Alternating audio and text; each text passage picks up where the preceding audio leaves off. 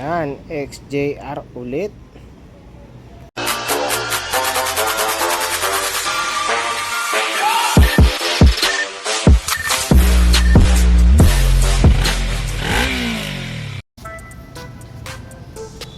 Issue na ito, issue carb setup. Medyo mahirap ang set upan na ito. Buka to. Ito ang tigas.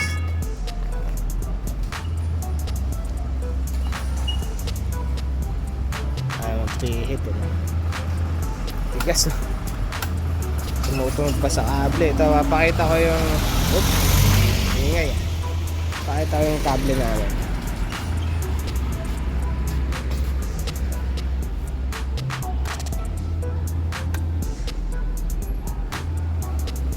Kaya lambot, hanit.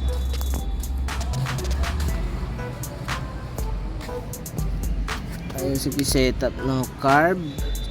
Siguro palit manifold kaya to. Baka kailangan palitan ng manifold. Kung hindi naman, di papalitan. Tapos umandar naman, medyo pangit nga lang. Tsaka nag-ano yata to, overflow yata to. Okay, ha? Tuloy-tuloy yung gas. Tuloy pa rin. Pag tuloy-tuloy pa rin siya,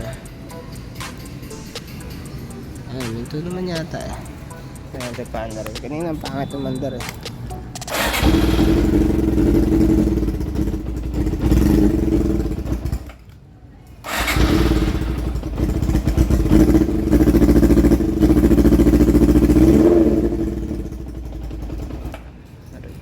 Taroy.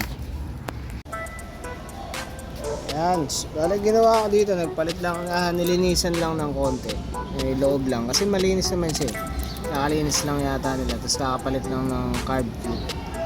Bali ang peltan lang dito yung gasket, kasi nakagoma siya, gasket, tapos mga o-rings. Yun lang naman, yung pilot tsaka main, yun pa rin, yung needle jet, yung jet needle, yung float valve, yun pa rin mga nakakabit. Medyo mahirap i-setup. Tapos parang ano to, parang nagre-reach, naglilin. Medyo mahirap yung setup kasi ang sikip. Hirap i-shoot.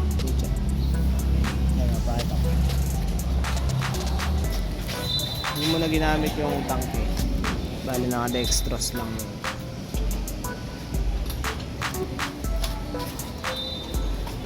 Susi. Tapos yung throttle pala, yung kabitan ng throttle.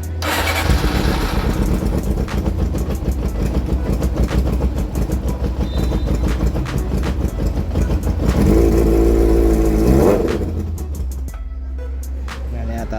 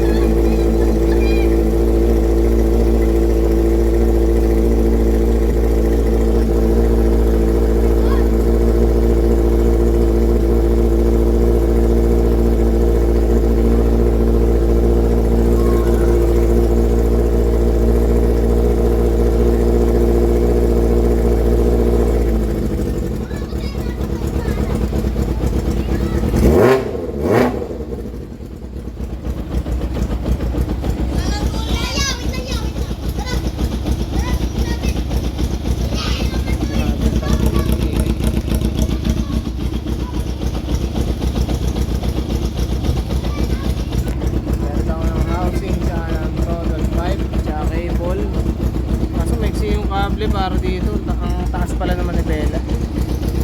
Tapos may problema yung carb, yung sabitan ng cable ng pucha, yun pala may problema eh. Yun siguro yung mga naglilig. Nahanap ko kasi yung lig eh. Yun, masabi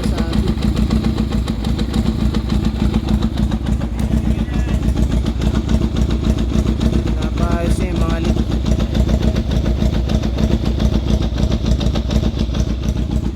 Baba namin na rin.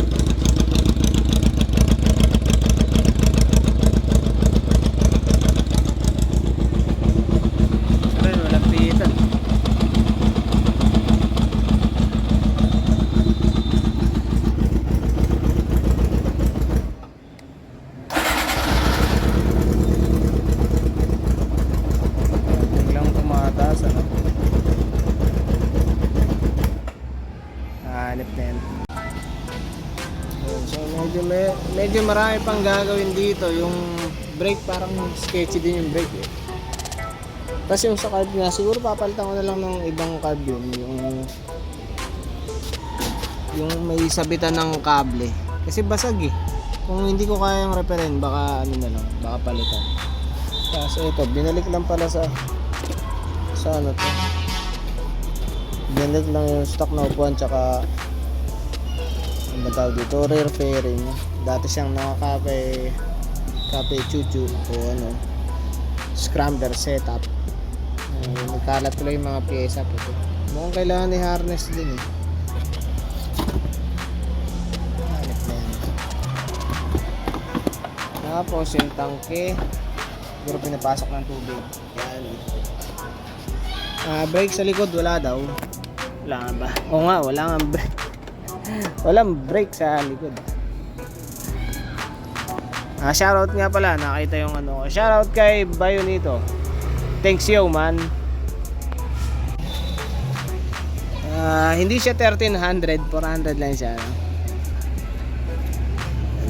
Minsan may mga sinasabi leak sa kabila, madami.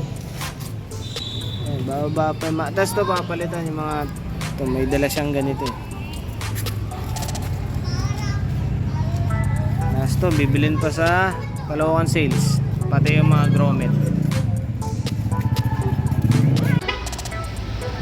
Medyo marami pang gagawin dito.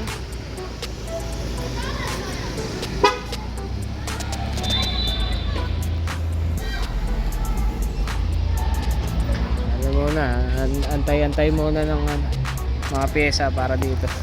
Hanap.